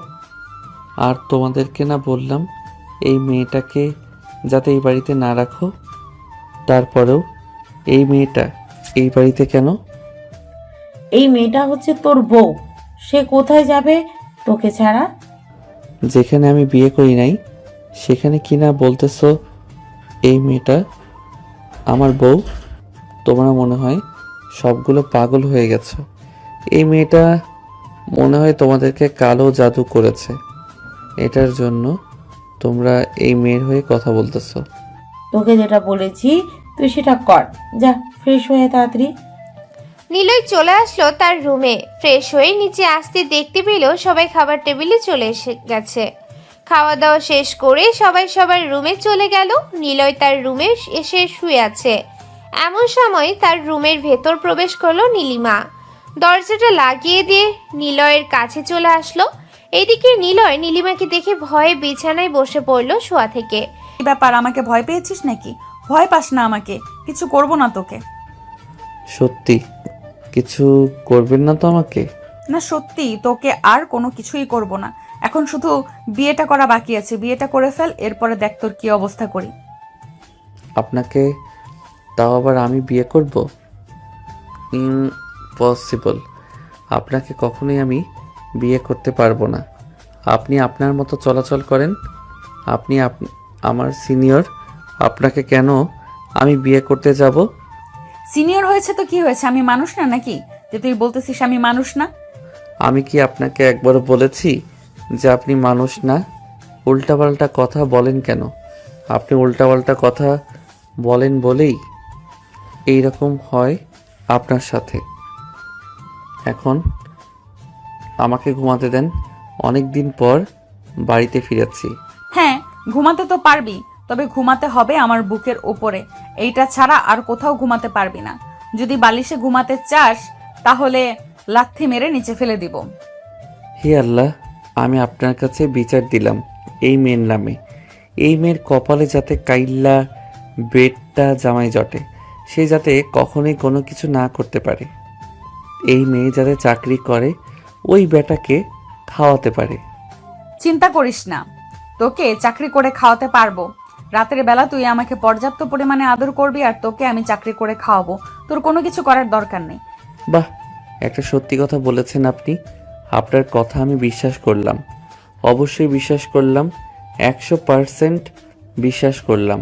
এই কুত্তা, বেশি কথা না বলে চুপচাপ ঘুমা, আমিও ঘুমাবো। এতদিন আমি একটুও ঘুমাতে পারি নাই, তোর জন্য শুধু অপেক্ষা করেছি।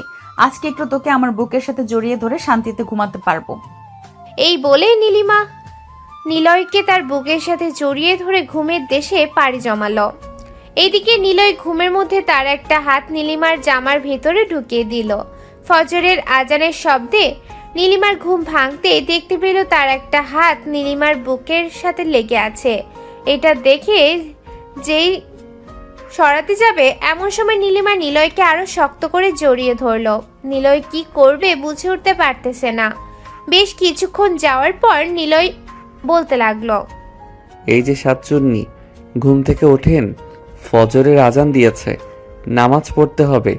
আমি নামাজ পড়ব, আপনি ঘুমিয়ে থাকেন। তুমি নামাজ পড়লে আমি ঘুমিয়ে থাকবো কেন? আমিও তোমার সাথে নামাজ পড়বো।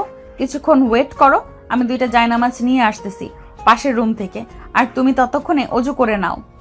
এই বলে নীলিমা বিছানা থেকে উঠে চলে আসলো পাশের রুমে। 2টা জায়নামাজ নিচে আবার নিলয়ের রুমে এসে এক পাশে বিছিয়ে উজু করে এসে নিলয়ের সাথে নামাজ আদায় করে নিল।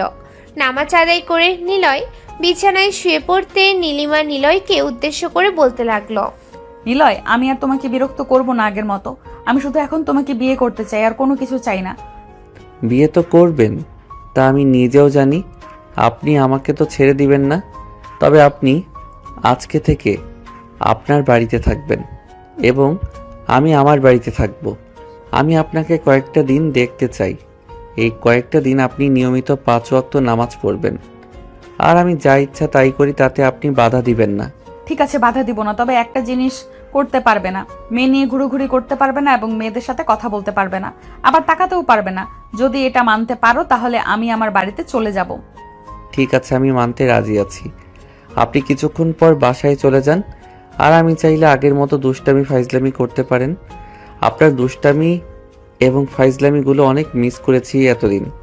ওইগুলো না হয় বিয়ের পরে করা যাবে, তখন দেখবো কতটা অত্যাচার সহ্য করতে পারো তুমি আমার কাছ থেকে। এই বলে নীলিমা নিলয়ের মুখে, গালে, ঠোঁটে সব জায়গায় কিস করে চলে আসলো নিচে। নিলয়ের আম্মুর কাছ থেকে বিদায় নিয়ে সোজা চলে গেল তাদের বাসায়। দেখতে দেখতে দিন কেটে রাত হলো। রাতে নিলয় খাবার টেবিলে বসে আছে, এমন সময় তার আম্মু বলতে লাগলো, নিলয়, মেয়েটা তো এমনিতেই একটু ফাজিল, তবে তোর সাথে খুব মানাবে। তুই এক কাজ কর, মেয়েটাকে বিয়ে করে ফেল। তুই যদি অনুমতি দিস তাহলে আমরা মেয়ের পরিবারের সাথে কথাবার্তা বলে তোর বিয়ের ফাইনাল করব। এত তাড়াহুড়া করতেছো কেন? আরও কয়েকটা দিন যাক, এরপরে না হয় দেখা যাবে বিয়ে করব নাকি বিয়ে করব না। ঠিক আছে নিলয়, তোর যখন বিয়ে করার ইচ্ছা হবে তখন আমাদেরকে বলিস। মেয়ের পরিবারের সাথে আগে কথা বলে রাখি, যাতে তোদের বিয়ে শুধু কাজী দেখে পড়িয়ে দিতে পারি। নিলয় আর কোনো কিছু বলল না, সোজা চলে আসলো বাহিরে।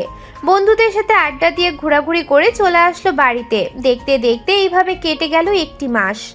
এই 1 মাসে নীলিমা অনেকটা পরিবর্তন হয়ে গেছে। নীলিমার এই রকম পরিবর্তন দেখে তার আম্মু বলতে লাগলো, তুই যদি এইরকম সব সময় থাকতি তাহলে তোর জন্য কত ভালো ভালো ছেলে আসতো বিয়ে করার জন্য, আর তুই কিনা তোর চাইতে 5 থেকে 6 বছরের ছোট ছেলেকে বিয়ে করার জন্য পাগল হয়ে পড়েছিস। আম্মু, আমি তাকে পছন্দ করি, আর সে ছোট হোক বা বড় হোক তাতে আমার কোনো কিছু যায় আসে না। তার সাথে আমি সারা জীবন থাকবো, এটাই অনেক। এইসব কথাবার্তা বলতেছে এমন সময় নীলিমার ফোনটা বেজে উঠলো। তাকিয়ে দেখে নিলয় কল দিয়েছে। কলটা রিসিভ করতে ওই পাশ থেকে নিলয় বলতে লাগলো, কি ব্যাপার, আপনি এই 1 মাসের মধ্যে আমাদের বাসায় একদিনও আসলেন না কেন? কলেজে তো ঠিক দেখা হয়েছে, কথাবার্তাও হালকা পাতলা বলেছেন। আমাদের বাসায় আসলে সমস্যা নাকি? সমস্যা হতে যাবে কেন? শ্বশুর বাড়িতে যাব, এটা যদি সমস্যা হয় তাহলে শ্বশুর বাড়িতে গিয়ে কি করব? আপনাদের বাড়িতে যাই নাই। আমি প্রতিজ্ঞা করেছিলাম যে যতদিন আপনি বিয়ে না করে আমাকে আপনার বাড়িতে তুলবেন ততদিন যাব না। ও আচ্ছা, এই কথা। ঠিক আছে, কালকে আমরা আসতেছি, আপনাকে বিয়ে করব আমি কালকে। বিশেষ হয় না আপনি কালকে আসবেন। এর আগেও কতবার বলেছেন, কিন্তু একবারও আসেন নাই। এবার সত্যি সত্যি আসব। আমার জন্য রান্না করে রাখেন আর নিজের হাতে খাইয়ে দিবেন আপনার রুমে নিয়ে আমাকে। ঠিক আছে, কালকে আসেন, এরপরে দেখা যাবে নিজের হাতে খাইয়ে দেন নাকি আপনি আপনার নিজের হাত খান। এই বলে নিলয় কলটা কেটে দিল। রাতে খাবার টেবিলে বসে তার আম্মুকে উদ্দেশ্য করে বলতে লাগলো, আব্বু আম্মু, আমি নীলিমাকে কল দিয়ে বলে দিয়েছি কালকে আমরা যাব আর কালকে বিয়ে হবে। ভালো কাজ করেছিস। আমিও তোকে ভাবছিলাম বলবো বলবো, কিন্তু আর বলতে পারিনি। কালকে দুপুরের দিকে চলে যাব। আমি নীলিমার আম্মু এবং আব্বুর সাথে কথা বলে রাখবো। নিলয় আর কোনো কিছু না বলে ওইখান থেকে সোজা চলে গেল তার রুমে। দেখতে দেখতে রাত কেটে সকাল হলো। সকালে খাওয়া দাওয়া করে নীলিমার জন্য কিছু জিনিসপত্র কিনতে চলে গেল নিলয়। সব কিছু কেনাকাটা করে বাড়িতে নিয়ে আসলো। দুপুর 12:45। নিলয় এবং তার আব্বু আম্মু দাঁড়িয়ে আছে নীলিমাদের বাড়ির সামনে। কলিং বেল দিতে নীলিমার আম্মু এসে দরজা। আরে আপনারা চলে এসেছেন, ভিতরে আসেন। নিলয় ভেতরে চলে আসলো তার আব্বু আম্মুকে নিয়ে। বেশ কিছুক্ষণ কথাবার্তা বললে কাজী সাহেবকে নিয়ে আসলো নিলয়ের আব্বু। সবার সম্মতিতে বিয়ে হয়ে গেল দুইজনের। রাতের খাওয়া দাওয়া করে নিলয়ের আম্মু নীলিমাকে নিয়ে চলে আসলো তাদের বাসায়। সবাই বসে বসে আড্ডা দিতেছে। এমন সময় নীলিমা বলতে লাগলো। এই বলে নীলিমা নিলয়কে নিয়ে চলে আসলো রুমে। দরজাটা লাগিয়ে দিয়ে নিলয়ের সামনে এসে বলতে লাগলো, শাশুড়ি আম্মু, আমি আপনার পিচ্চি ছেলেকে নিয়ে রুমে যাইতেছি। ওর সাথে আমার অনেক বোঝাপড়া আছে। সে অনেক দৌড়াদৌড়ি করিয়েছে আমাকে এবং কষ্ট দিয়েছে। এই কষ্টের জন্য তাকে তো সাজা পেতেই হবে। এখন কোথায় পালিয়ে যাবি? 1 মাস আমাকে সময় দিয়েছিলি, আমি কারোর সাথে কথাবার্তা বলি নাই। তোকে আমি এতবার বারণ করার পরেও তুই মেয়েদের সাথে কথা বলেছিস, ঘুরোঘুরি করেছিস, হাতে হাত মিলিয়েছিস। তোকে কি আমি ধর্ষণ করব? ও আম্মু গো বাঁচাও গো, এই মেয়েটা আমাকে ধর্ষণ করবে, আমাকে বাঁচিয়ে নাও। আজকে তোকে বাঁচানোর জন্য কেউ আসবে না, একমাত্র তুই আর আমি ছাড়া এখানে কেউ আসবে না। এই বলে নীলিমা নিলয়ের শার্টের কলার ধরে একটা মেরে সবগুলো বোতাম ছিঁড়ে ফেলল। সবগুলো ছিঁড়ে ফেলার পর নীলিমা আস্তে আস্তে নিলয়ের প্যান্টের দিকে হাত বাড়িয়ে দিতে যাবে। এমন সময় নিলয় বলতে লাগলো, প্লিজ আমাকে ছেড়ে দেন, আমি আপনার 2টা পায়ে পড়তেছি, আমাকে ছেড়ে দেন। আমি আর কখনো আপনার সাথে খারাপ ব্যবহার করব না। আরে আজকে আমাদের বাসর রাত, আজকে আমিও তোকে ছাড়বো না আর তুইও আমাকে ছাড়বি না। আজকে কে কতক্ষণ মারামারি করতে পারে দেখি। মারামারি করবেন বেশি ভালো কথা, তার মানে এই না যে শরীরের সকল জামা কাপড় খুলে এরপরে মারামারি করতে হবে। এটা সেই মারামারি না, এটা অন্য একটা মারামারি। ওয়েট, আমি আমার জামা কাপড়গুলো খুলে ফেলতেছি, এরপরে তোকে সব কিছু শিখিয়ে দিব কিভাবে কি করতে হয়। নীলিমা তার জামা কাপড় খুলে নিলয়কে তার বুকের সাথে চেপে ধরলো। হুট করে নিলয়ের 2টা হাত নীলিমার বুকের উপরে উঠে গেল। নীলিমা নিলয়কে লিপকিস করতেছে। এদিকে নিলয় আস্তে আস্তে নীলিমার সাথে রেসপন্স করতেছে। বেশ কিছুক্ষণ লিপকিস করার পর নিলয় ছেড়ে দিতেই নীলিমা নিলয়কে বুঝিয়ে দিতে লাগলো কিভাবে মারামারি করতে হবে। নিলয় সবকিছু বুঝে নিয়ে নীলিমার উপরে ঝাঁপিয়ে পড়ল। এদিকে নীলিমা চিৎকার করতেছে, কিন্তু নিলয় সেদিকে পাত্তাই দিচ্ছে না। নিলয় তার মতো করে আদর করতেছে। তারা একে অপরকে আদর এবং মারামারি করতে থাকুক। আমরা তাহলে আজকে বিদায় নিই। গল্পটা তাহলে এখানেই সমাপ্ত করলাম। সবাই ভালো থাকবেন, সুস্থ থাকবেন। আল্লাহ হাফেজ, ধন্যবাদ।